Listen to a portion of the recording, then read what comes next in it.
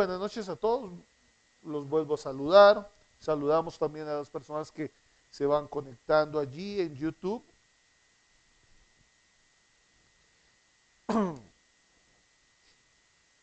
Este es un canal, YouTube es un canal y el canal de la iglesia solamente para la iglesia, o sea, no es para nadie más. Nadie va a entender lo que estamos haciendo. Claro que pues sí, los otros que se van uniendo pues van entendiendo, pero hemos venido a estudiar la palabra de Dios, estamos estudiando allí el Evangelio, o el Evangelio no, sino la carta, la epístola, mejor, de Jacobo, ¿sí? Ya estamos en el capítulo 4 y hoy pasamos al capítulo 5, 4 y 5, allá el último segmento, Santiago capítulo 4, verso 13 en adelante. Pero antes de abordar, no sé si tú me puedes regalar la diapositiva donde quedamos, con la que quedamos allí, papi. La diapositiva que quedamos.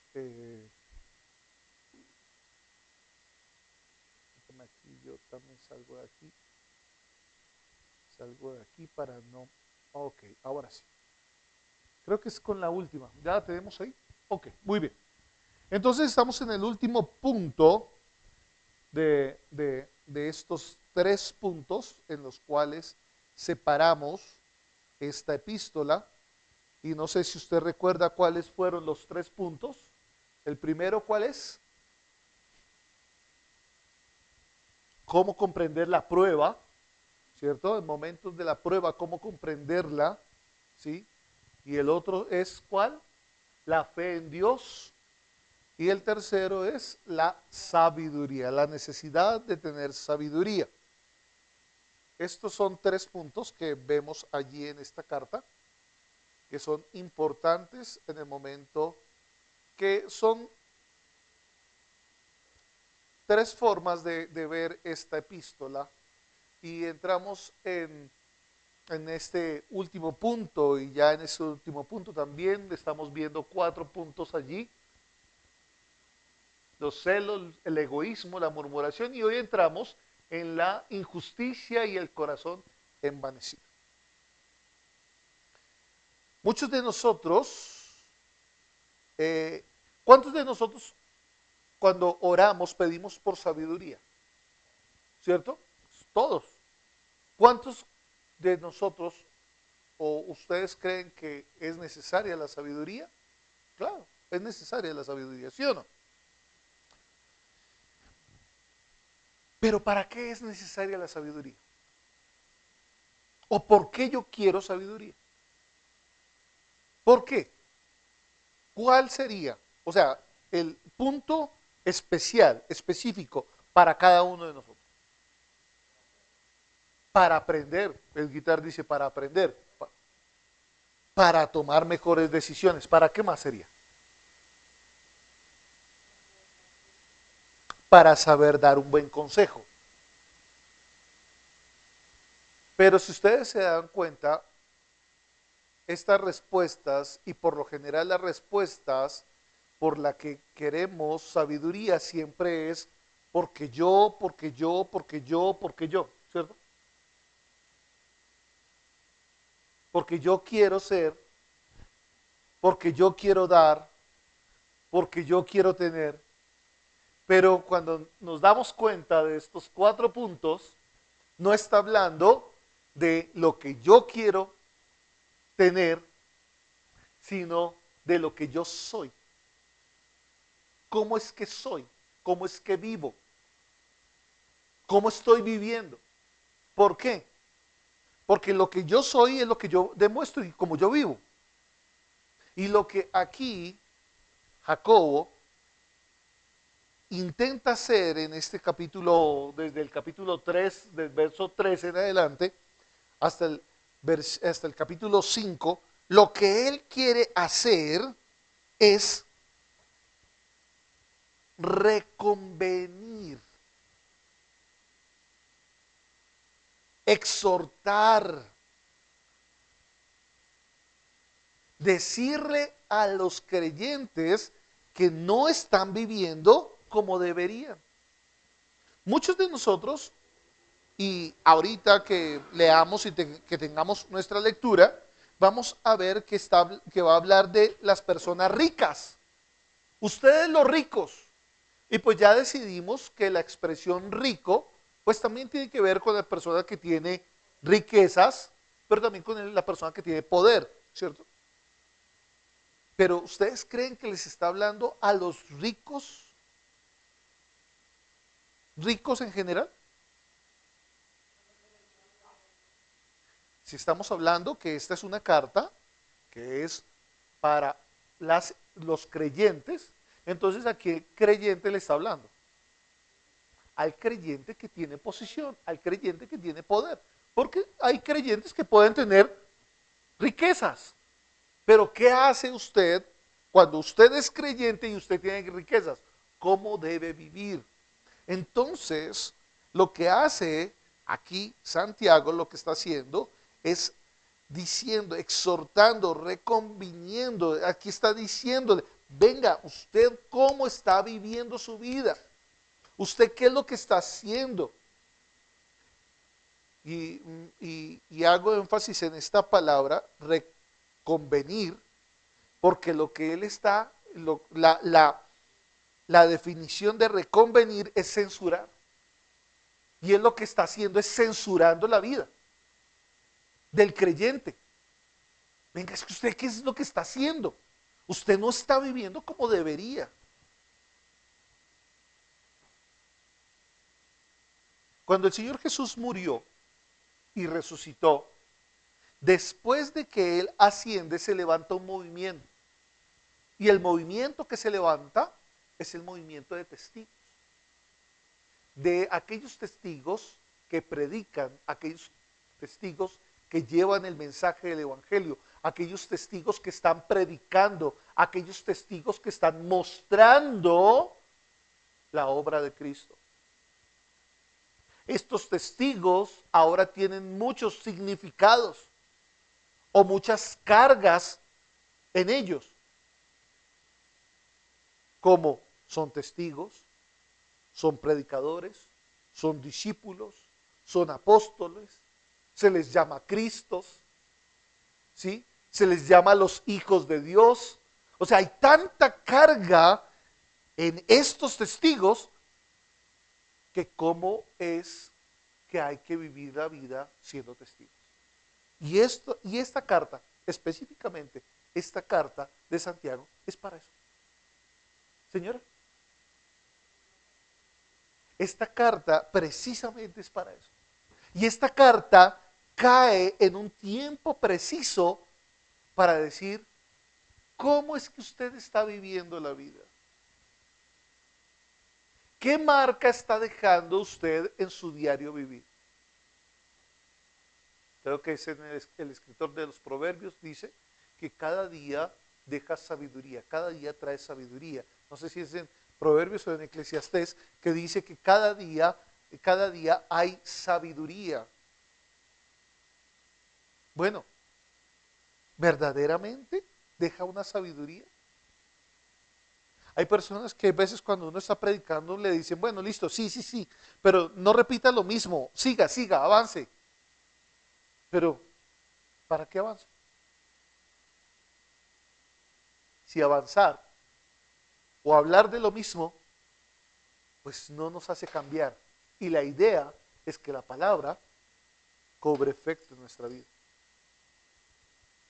Están pensando por esfero. Eso debe ser el Héctor.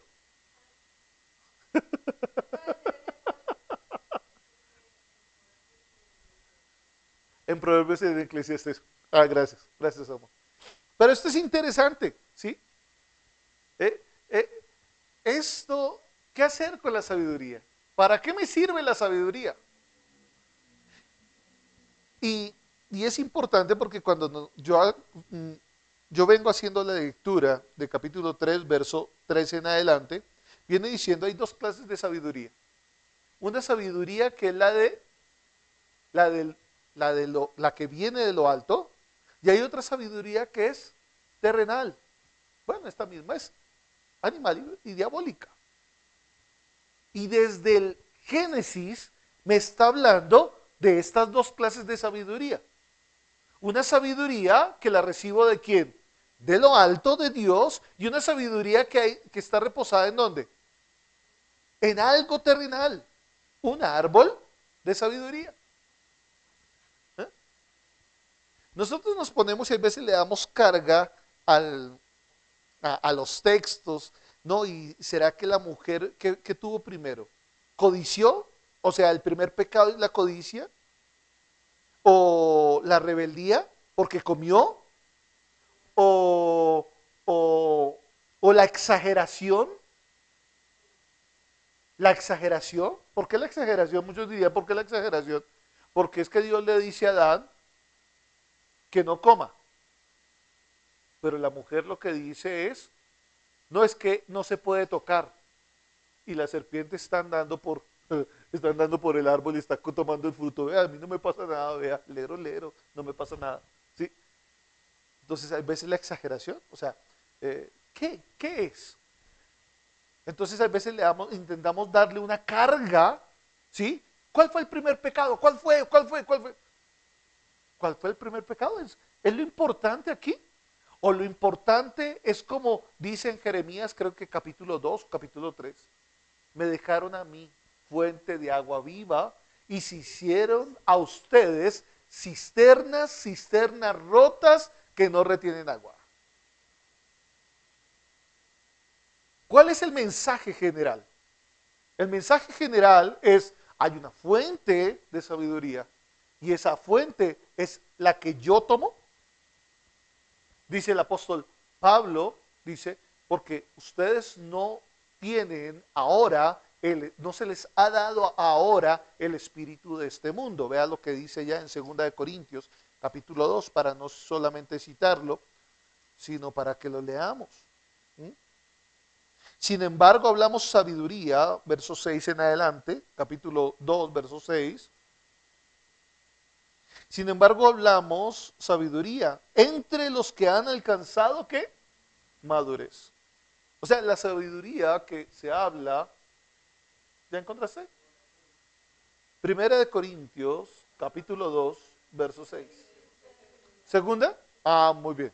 Primera de Corintios, capítulo 2, verso 6. Sin embargo, hablamos sabiduría entre los que han alcanzado madurez. Y sabiduría, ¿qué dice? Ah, bueno, Santiago dice que hay una sabiduría terrenal, animal y diabólica. Y en clave de Pablo, ¿cómo la pone Pablo? ¿Qué es la sabiduría de este siglo? La animal, bestial y diabólica es la sabiduría de ¿qué? De este siglo. Y Santiago habla una sabiduría que proviene de lo alto. Y aquí Pablo diría ¿cuál? La sabiduría que no es de este siglo. Vea cómo hay que entender un poco las lecturas. Claro, son herramientas pedagógicas que ellos tienen. Aquí lo toma como el siglo, allá simplemente lo está personificando, lo está colocando. Mas hablamos sabiduría de Dios. ¿Cuál es la sabiduría que no es de este siglo? Pues la que es de Dios. En misterio, la sabiduría oculta, la cual Dios predestinó antes de los siglos para nuestra gloria. La que ninguno de los príncipes de este siglo conoció, porque si la hubieran conocido, nunca habrían crucificado al Señor de gloria. Salte al 10. Pero Dios nos la reveló a nosotros, ¿por dónde? Por el Espíritu. Porque el Espíritu todo lo escudriña, aún lo profundo de Dios, porque ¿quién de los hombres sabe las cosas de los hombres, sino el Espíritu que está en el hombre, el Espíritu del hombre que está en él? Así tampoco nadie conoció las cosas de Dios, sino el Espíritu de Dios. Ahora, sáltese al 13, lo cual también hablamos, no con palabras enseñadas por sabiduría humana, sino con palabras enseñadas en espíritu. Ahora, aquí pone espíritu, ¿en qué clave? En la sabiduría, que ¿de dónde? ¿De qué estamos hablando? De la sabiduría, ¿cierto? Y está diciendo, hay una sabiduría que es humana y hay una sabiduría que es de Dios. Aquí ya le está poniendo sabiduría humana y la sabiduría de Dios. Pero el hombre natural no percibe las cosas que son del Espíritu. O sea, el hombre natural no percibe ¿qué? La sabiduría de Dios. Porque para él son locura y no las puede entender porque se han de discernir espiritualmente.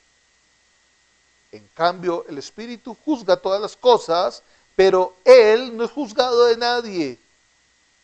Porque ¿quién conoció la mente del Señor y quién la instruirá? Mas nosotros tenemos la mente de Cristo. Y es lo que está haciendo aquí Santiago. Santiago lo que está haciendo, el capítulo 3, verso 13 en adelante, hasta el 5, creo que 5.16, 5.6, es lo que está hablando, aquí está encerrando, es ustedes necesitan madurar, ustedes necesitan tener sabiduría. Pero ¿para qué es la sabiduría? Pues la sabiduría es para que no tengan celos. O sea, la sabiduría es para que no codicien unos con los otros, ni codicien lo uno del otro. ¿Para qué es más la sabiduría? Y regálame la diapositiva, por favor. Pues la sabiduría es para que no codicien, o sea, para que no tengan celos, para que no digan, ah, este tiene más, este tiene menos. ¿Eh? Y tampoco para que le saquemos el cuerpo a Dios en algún momento para poder hacer. Me gusta, como estamos estudiando y como vamos a empezar a estudiar las parábolas los días sábados, pues hay una parábola que me gusta, que es muy corta, pues no tan corta, pero sí es muy corta. Una de ellas dice, o la que yo les digo, es aquella que el papá le dijo al hijo, acompáñame a trabajar. Y él le dijo, sí, mañana yo voy. Y llegó el mañana y no fue. Pero le dijo al otro, le dijo, ¿me acompañas? Y el otro le dijo, no, no voy. Pero al amanecer, él fue. Y dijo, bueno, ¿y quién es mejor? ¿Al que compromete su palabra y no va? ¿O el que no compromete su palabra y cumple? ¿Mm? Y aquí pasa esto, o sea, bueno, ¿qué es lo que estamos haciendo acá? ¿Cómo lo estamos haciendo? ¿Cómo estamos hablando? ¿Cómo está nuestro diario vivir? Porque es que la sabiduría es para nuestro diario vivir. Nuestra sabiduría es para que se note. Nuestra sabiduría es para que se vea. Ahora, ¿cómo es que estamos andando? ¿Por qué hay egoísmo? ¿Por qué somos egoístas? ¿Por qué solamente buscamos lo nuestro, lo de nosotros?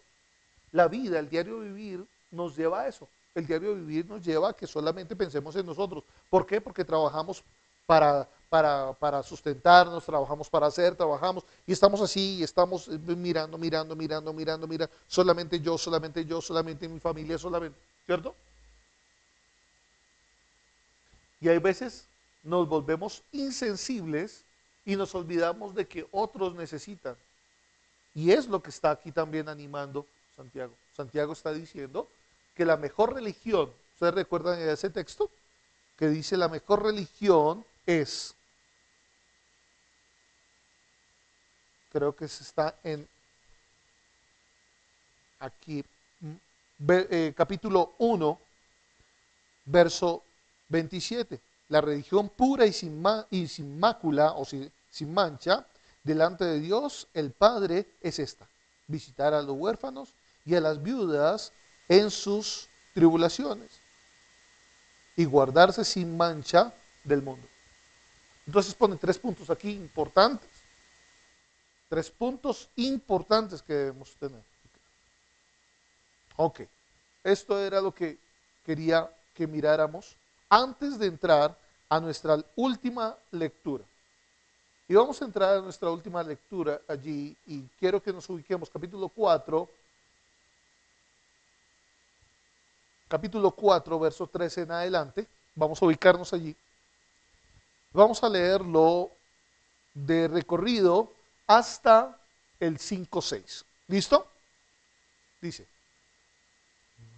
vamos ahora, los que decís, hoy y mañana iremos a tal ciudad y estaremos allá un año y traficaremos, eso es, trabajaremos y ganaremos, cuando no sabéis lo que será mañana, porque ¿qué es vuestra vida? Ciertamente es neblina, que dice ahí, que se aparece por un poco de tiempo y luego se desvanece. Cuando yo lo he leído ya varias veces y cada vez que lo leo, yo manejo y en carretera uno pasa por lugares en donde hay neblina y me ha pasado que voy por la mañana y no encuentro neblina y cuando me devuelvo ya hay neblina. O hay veces voy y encuentro neblina y cuando me devuelvo ya no hay, ¿sí? ¿Y a qué hace referencia a esto? Que la neblina puede llegar en un momento y en un momento se puede disipar.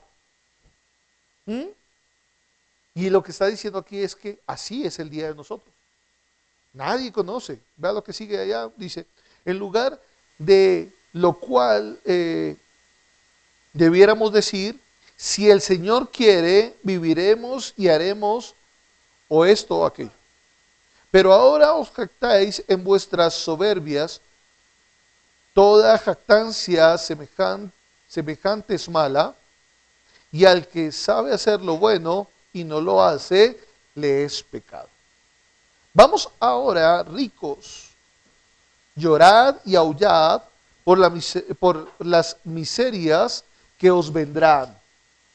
Vuestras riquezas están podridas y vuestras ropas están comidas por polillas, vuestro tesoro y plata están enmohecidos, y su moho testificará contra vosotros y devorará del todo vuestras carnes como fuego.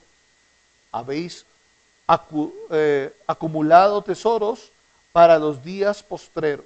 He aquí, clama el joven, clama el cornal de los obreros que han cosechado vuestras tierras, el cual por engaño no les ha sido pagado por vosotros. Y los clamores de los que habían cegado han entrado en los oídos del Señor de los ejércitos. Habéis vivido en deleites sobre la tierra y si y sido disolutos, habéis engordado vuestros corazones como en el día de matanza y habéis condenado y dado muerte al justo y él no os hace resistencia. Y hasta aquí terminaríamos y quiero que veamos este último punto. Este último punto de nuestro bosquejo, ¿sí? Habla sobre la injusticia y el corazón envanecido.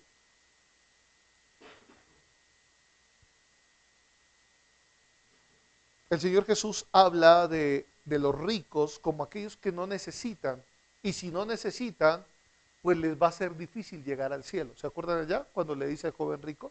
¿Cierto? Cuando le dice al joven rico que vaya, que siga, que lo acompañe, y el joven rico dice, déjame que reciba mi herencia y que entierre a mi padre, a mi madre, que los entierre y después te seguiré.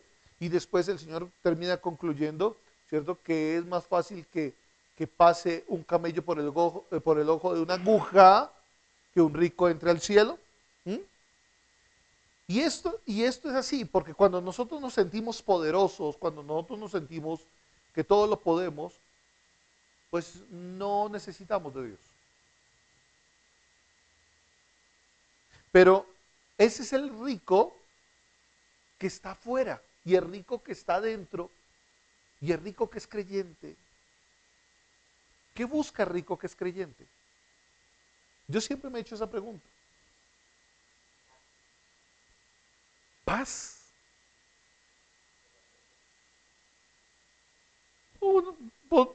podríamos decir paz en el corazón. Hablaría, ok, muy bien, paz en el corazón. Pero si ya tiene paz en el bolsillo, ¿qué busca? ¿Ah? Hay muchas preguntas y hay muchas cosas que podríamos hablar. Pues paz en el corazón, pues ah, mirar a ver a quién se le puede medio ayudar. ¿Ah? Mirar y contemplar, porque pues si la palabra de Dios me dice que sin Dios nada, nada tengo, y si soy rico y puedo llegar a perderlo todo, pues me acerco a Dios para que Él me mantenga, yo no pierda nada y antes aumente mis riquezas. Porque ahora el cristianismo es aumentar las riquezas, aumenta las riquezas, aumenta las riquezas. ¿Y cómo son las riquezas? Aumenta las riquezas, aumenta las riquezas. Y eso es ser creyente. Entonces aquí está hablando Santiago a aquellos que viven su vida sin tener la perspectiva o sin tener el punto de Dios. ¿Qué Dios piensa? ¿Y cómo yo vivo la vida? Como les dije, vamos a hablar el sábado sobre las parábolas. Y hay un pensamiento que el Señor Jesús trae en Mateo capítulo, o bueno, que lo habla allí en Mateo capítulo 5, 25, cuando dice que va a separar las ovejas de los cabritos. Y él empieza diciendo,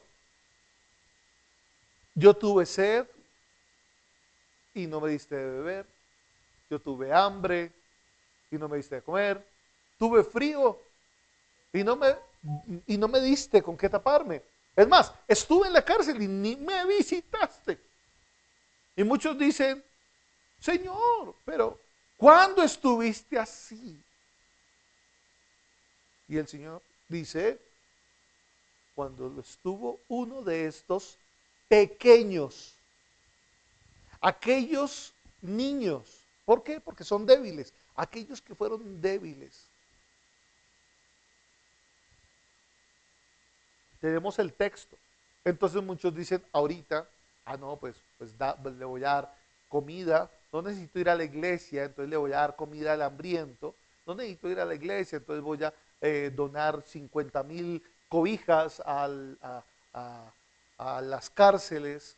Voy a donar y voy a llevar mercados, voy a mandar mercados por todo el mundo, voy a contratar un avión y voy a meter kilos y kilos de arroz y los voy a ir regando por el cielo para que haya una lluvia, ¿cierto? O como allá dice Juan Luis Guerra, cuando llueva, café en el campo. ¿No?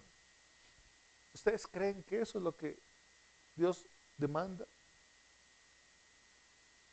A mí me llama la atención este capítulo porque tenemos una evidencia.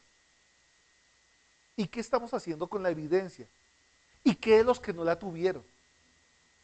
Porque nosotros ya tenemos una evidencia, ¿sí o no? Está en Mateo capítulo 25. Y tenemos una señal y decimos, bueno, cuando Dios venga o cuando nos llame a su presencia, lo que va a decir es, ¿qué hicieron por mí? ¿Sí o no? Ya lo tenemos. Bueno, y los que no la tenían, ¿sería injusto pedirles? Pues no, no es injusto. Porque hay algo que se nos olvida a nosotros. Que la Biblia no solamente habla de religión. La Biblia habla de obra social. Y la Biblia habla de lo que yo hago como hombre y cómo yo me comporto. Y muchos estamos esperando llegar al cielo, pero ya estoy en el cielo. Muchos están esperando tener la vida eterna, pero ya tengo la vida eterna. Muchos están esperando ser de Cristo, pero ya soy de Cristo. Entonces, ¿cómo debo comportarme? Y aquí es donde llega esa carta. Esta carta de Jacobo entra y dice, bueno, no que ustedes ya son de Cristo, no que ustedes ya están en el cielo, no que ustedes ya tienen la vida eterna, pues compórtense como tales. Es lo que nos queda.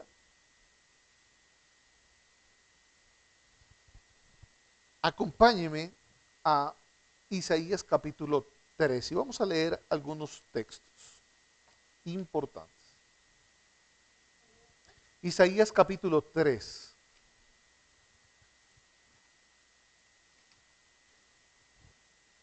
Y vamos a ver estas amonestaciones.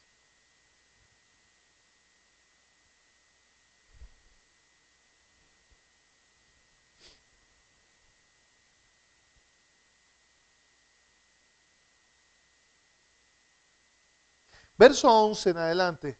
Ay del impío, mal le irá, porque según las obras de sus manos le será pagado. Los opresores de mi pueblo son muchachos y mujeres, se enseñorearon de él, mi pueblo mío. Los que te guían te engañan y tuercen el curso de tus caminos. Jehová está en pie para qué? Litigar, o sea, para hacer defensa, para ser nuestro abogado, y está para juzgar a los pueblos. Jehová vendrá a juzgar a juicio contra los ancianos de su pueblo. Ahora, aquí cuando está hablando de los ancianos del pueblo, recuerda ya lo que hizo Moisés, ¿no? Como dirijo el pueblo, Moisés escuchaba de día y de noche a todos, le escuchaba las quejas y todo. Y Yetro, su suegro, coge y le dice, usted se va a acabar, o sea, en 2 años usted se va a morir. No, ¿cómo me voy a morir si yo soy fuerte, soy joven? No, pues escuchando a, digamos, escuchando a 1 millón de personas todos los días, pues no los va a escuchar a todos, pero se va a cansar y no va a poder hacer. Entonces le da un consejo, coja personas, ¿sí? Personas y póngalas entre 10, entre 50, entre 100, entre 1000, a que les dirija. Y a ellos se les dio un título, anciano. Cuando se les da cuando yo veo aquí el nombre anciano o la oveja gorda o el juez, estoy hablando de una persona que tiene ¿qué? Autoridad sobre alguien. Y dice, verso 14, Jehová vendrá a juicio contra los ancianos de su pueblo, contra los príncipes, porque vosotros habéis, ¿qué dice ahí? Devorado la viña y el despojo del pobre está en vuestras casas. ¿Qué pensáis vosotros que majáis mi pueblo y moléis las caras de los pobres? Dice el Señor, Jehová de los ejércitos. Vea, aquí la expresión es Jehová Sabaoth. Y allá la expresión también cuando termina, cuando está casi terminando, ya en el capítulo 5 de la epístola de Jacob, verso 4 dice, ¿sí? Y los clamores de los que habían cegado han entrado a los oídos del Señor de los ejércitos. Y allí está utilizando la misma expresión. Y es Jehová Sabaoth. Jehová Sabaoth. Y ustedes saben la expresión Jehová Sabaoth, ¿a qué hace referencia?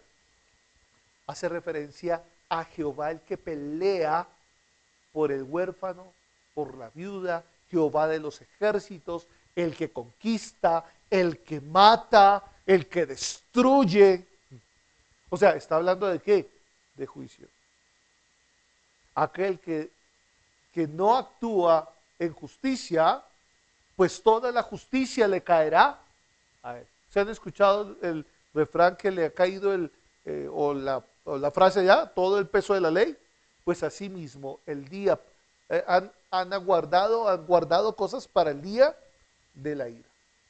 Y es que habla de justicia social.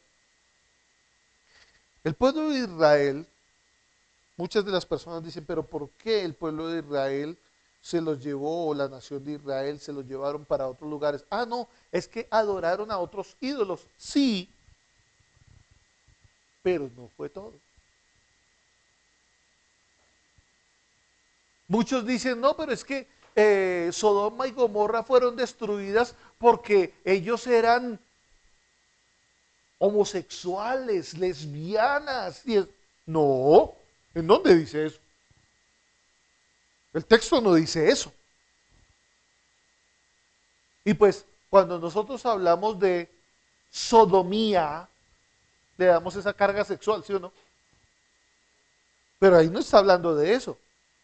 Es más, si yo le hago un, un análisis del por qué ellos fueron destruidos, fue porque ellos no actuaron en justicia, no actuaban con justicia para los que venían,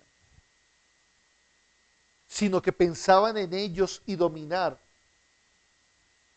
Dicen en las historias que cuando las personas perdían una guerra, los hombres, los varones de guerra, cogían y violaban a todos los hombres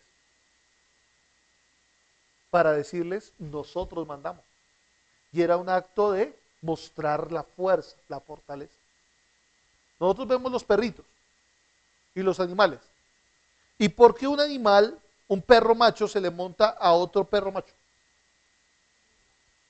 Porque está mostrando que autoridad, está diciendo, aquí mando yo, no mandas tú. Y eso se vuelve una pelea. Pues cuando llegaron los dos ángeles a la casa de Lot, lo que quisieron hacer el resto de gente fue darnos, sácalos para que nosotros les demostremos que aquí mandamos nosotros.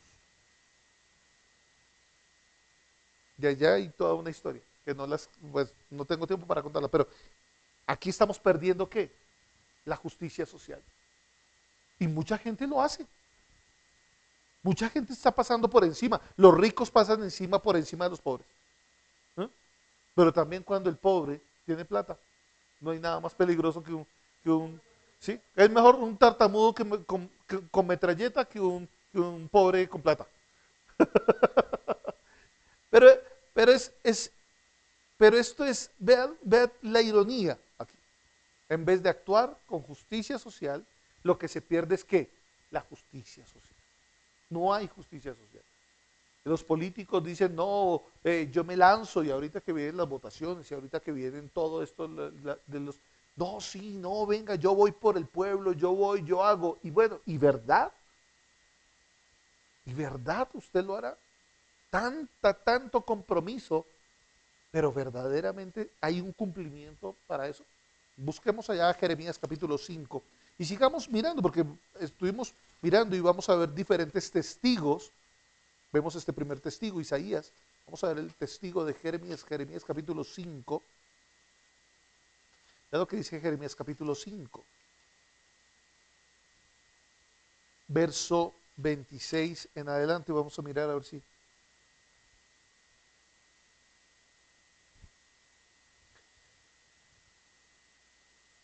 Verso 23. No obstante, este pueblo tiene corazón falso y rebelde. Se apartaron y se fueron. Ahora, dice un pueblo. Ahora, ¿quién es el pueblo? ¿Qué sería el pueblo? El pueblo de Israel. Ahora, recordemos lo que dice Pablo. Dice que ahora nosotros somos el Israel de Dios. La iglesia es el Israel de Dios. Todos los creyentes son el Israel de Dios.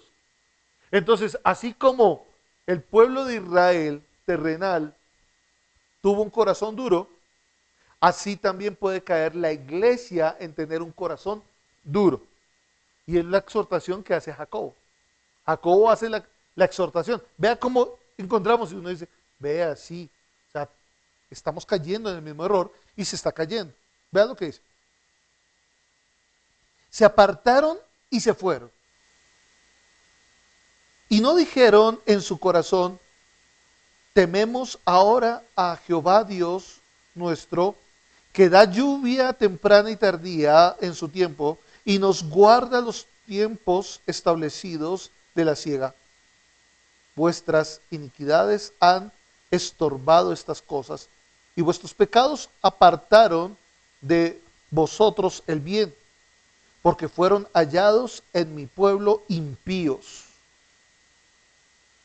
Acechaban como quien pone lazos, pusieron trampas para cazar hombres, como jaula llena de pájaros. Así están las casas llenas de engaño. Así se hicieron grandes y ricos.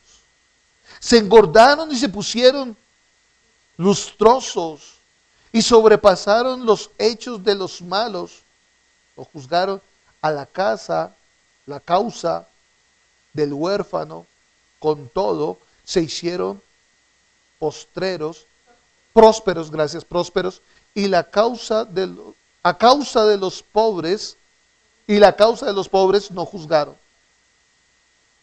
¿No castigaré a estos? ¿O no castigaré esto? Dice Jehová. Y de tal gente no se vengará mi alma. Vea qué tan interesante. O sea, ahí está. Ahí está el rico sobrepasando ¿qué? Al pobre. ¿Mm?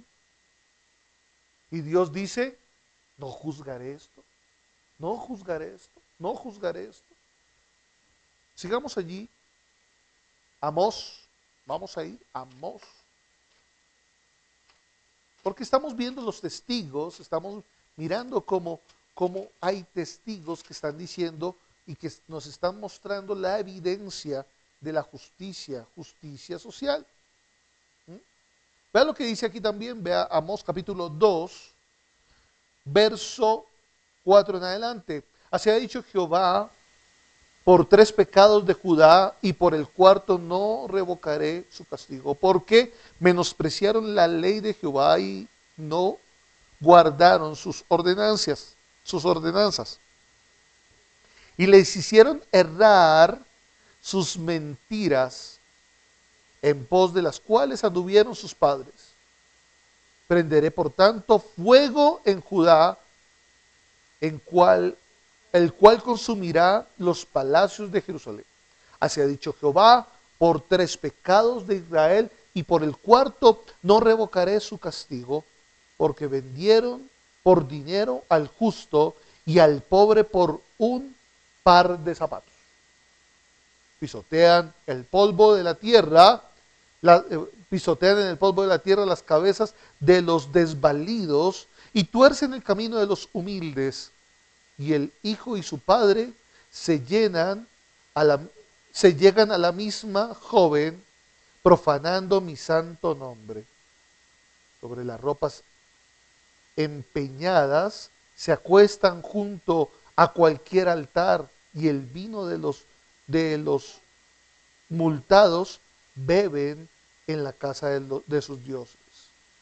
Yo destruiré delante de ellos al amorreo, cuya altura era como la altura de los cedros y fuerte como una encina, y destruiré el fruto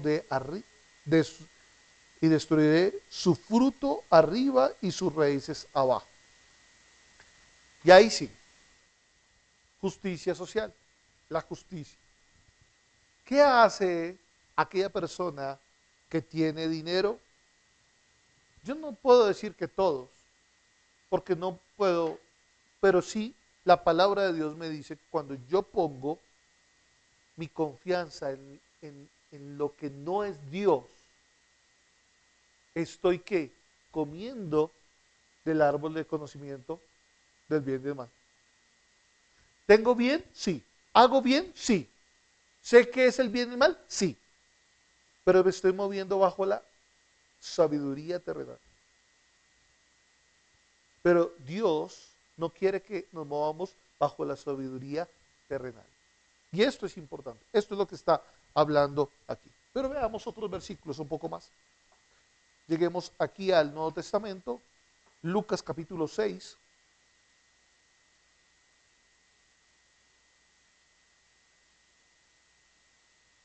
Lucas capítulo 6, versos 24 al 26. Vea lo que dice allí. Hay 3 ayes. Mas ay de vosotros ricos, porque ya tenéis vuestro vuestro consuelo.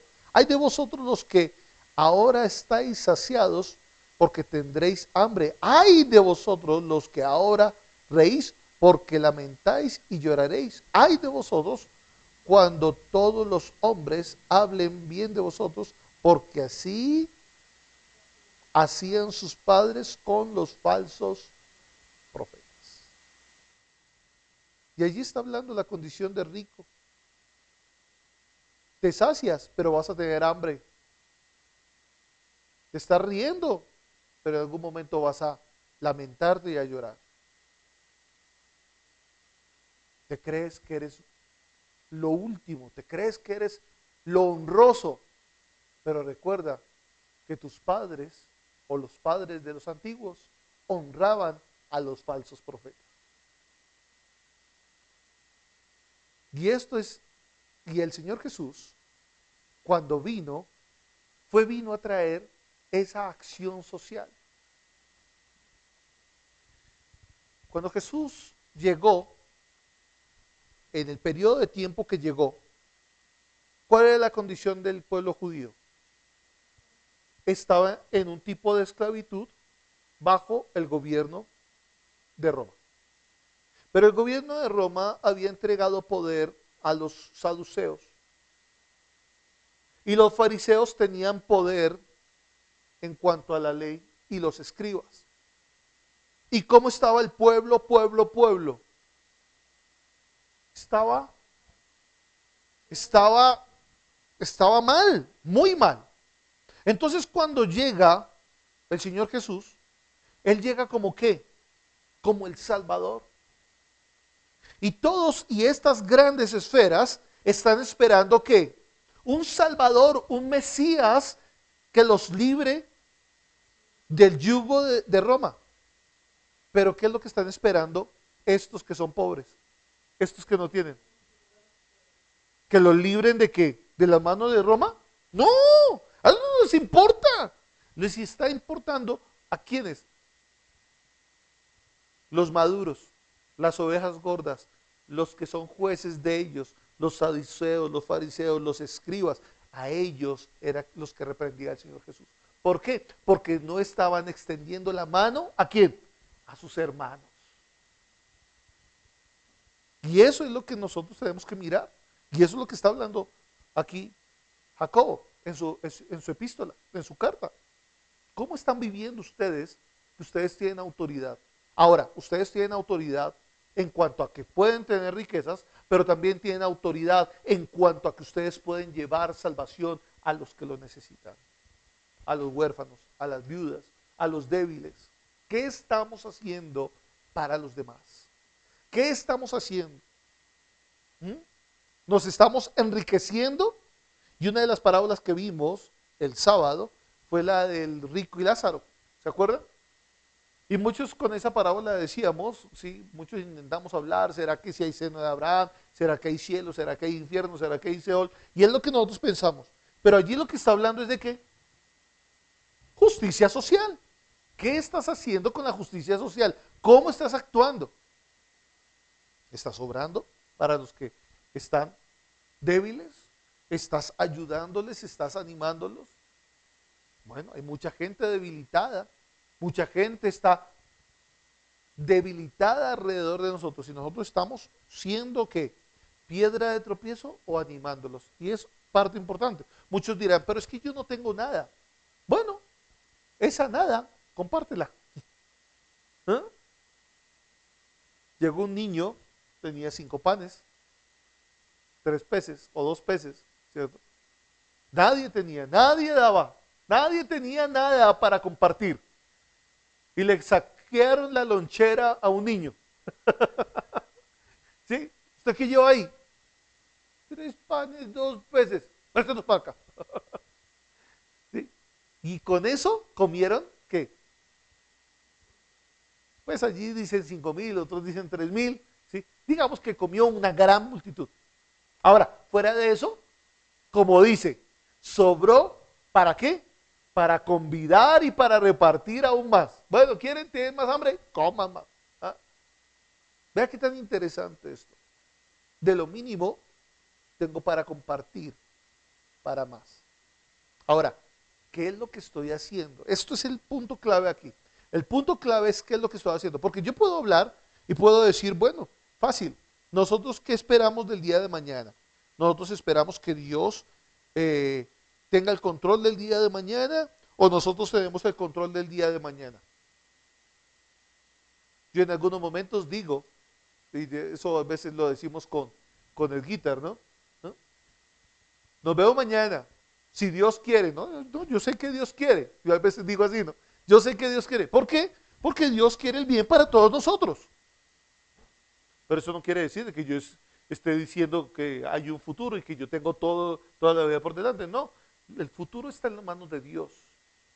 Pero algo que yo aprendí ayer en uno de los estudios, y con esto quiero terminar, dice allá hay un texto, eso se los voy a regalar dentro de 8 días, hay un texto que dice de mi presente, o sea, lo que está al frente mío y lo que está a espaldas mío. Y para la gente de ese lugar de Israel, Canaán y toda esa parte antigua, el pasado de ellos era lo que estaba al frente. Porque eso ya es pasado. ¿Por qué es pasado? Porque es lo que están viviendo. Lo estoy viendo. Pero ¿cuál es mi futuro? Mi futuro es lo que tengo atrás. Porque ¿qué tengo atrás? Lo que tengo atrás es lo que no puedo ver, ¿sí o no? Entonces, como lo que tengo atrás no lo puedo ver, mi futuro es incierto. Como es incierto, solamente puede estar en quién? En las manos de Dios. Entonces, lo más importante es, ¿qué estoy haciendo en mi presente? Ahora, nosotros tenemos unas frases. Bueno, el pasado ya está atrás. ¿Qué podemos esperar del pasado? Que lo que hemos sembrado, pues en algún momento vamos a cosechar. ¿Qué podemos hacer? Pues lo que está en el presente, ¿sí o no? Porque lo que está en el presente, ¿qué es lo que estoy haciendo? Sembrando la semilla, ¿para qué? Para que en el futuro yo vaya a recoger. Pero mi futuro es ¿qué? Incierto. Yo no conozco el futuro. No sé qué me deparará, ¿cierto? O como la canción fabulosa del profeta. Yo no sé mañana. ¿Mm? Si estaremos juntos, si se acaba el mundo. Yo no sé. Yo no sé si soy para ti o serás para mí. Y esto es importante. Bueno, ¿sabemos el mañana? No. ¿Cómo sabemos que puede llegar el mañana? Pues simplemente como nosotros podemos ver y lo calificamos en este día. Pero la sabiduría del día de mañana, ¿cómo lo afrontaremos? Y esto es importante, ¿cómo yo afronto los días? Los días con sabiduría, con entendimiento, pero el entendimiento y la sabiduría no solamente es para mí, sino también es para los demás. La sabiduría que yo adquiero es para guiar a los demás. La sabiduría que yo obtengo es para guiar a los que están conmigo. Si yo hago eso, me va a ir bien. Y si me va bien, pues todo lo que yo haga, seré como qué, dice ya Jeremías y el Salmo 1, seremos como árboles plantados junto a corrientes de agua. ¿Por qué? Porque estamos caminando prudentemente y obedientemente en las manos de Dios. Pongamos en pie, vamos a orar.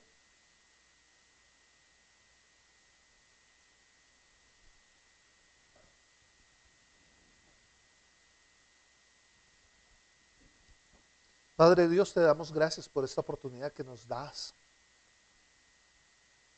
de escudriñar tu palabra, de entender tus pensamientos, de comprender lo que está en tu palabra.